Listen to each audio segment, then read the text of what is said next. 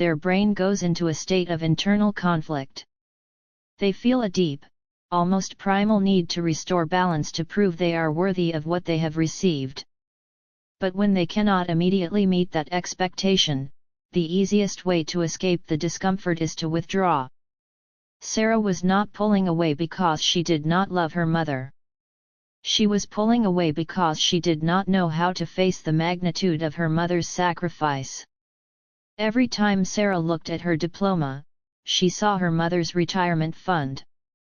Every time she received a promotion, she thought about the winter coat her mother wore for 5 years.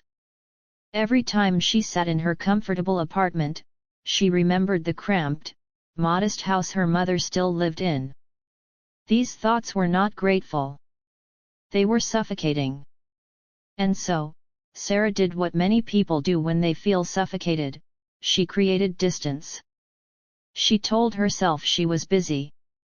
She told herself she would call tomorrow, next week, next month. She told herself that her mother understood that she was proud of her success and did not need constant reassurance. But underneath all those rationalizations was a terrified young woman who did not know how to say, "I feel like I can never repay you, and that scares me."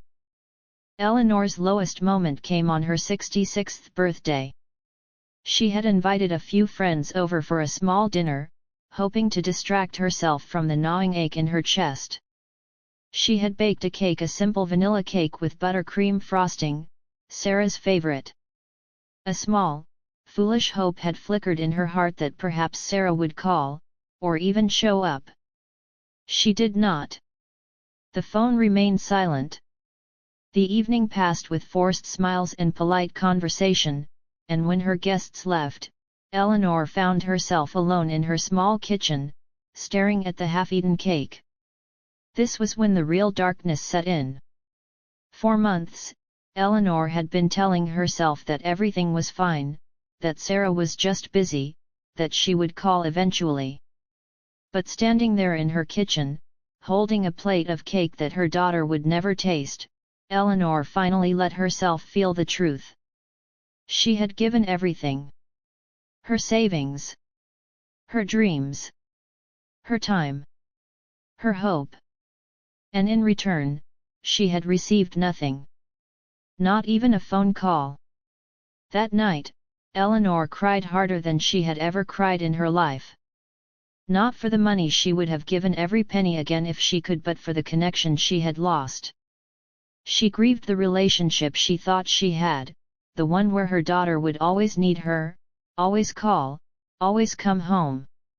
She grieved the loss of the little girl who used to run into her arms after school, who used to tell her everything, who used to look at her like she was the whole world. But something remarkable happened in that darkness.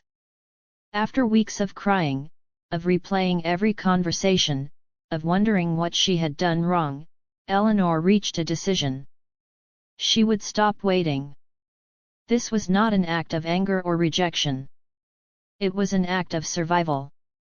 She realized, with a clarity that felt both painful and liberating, that she could not spend the rest of her life sitting by a silent phone.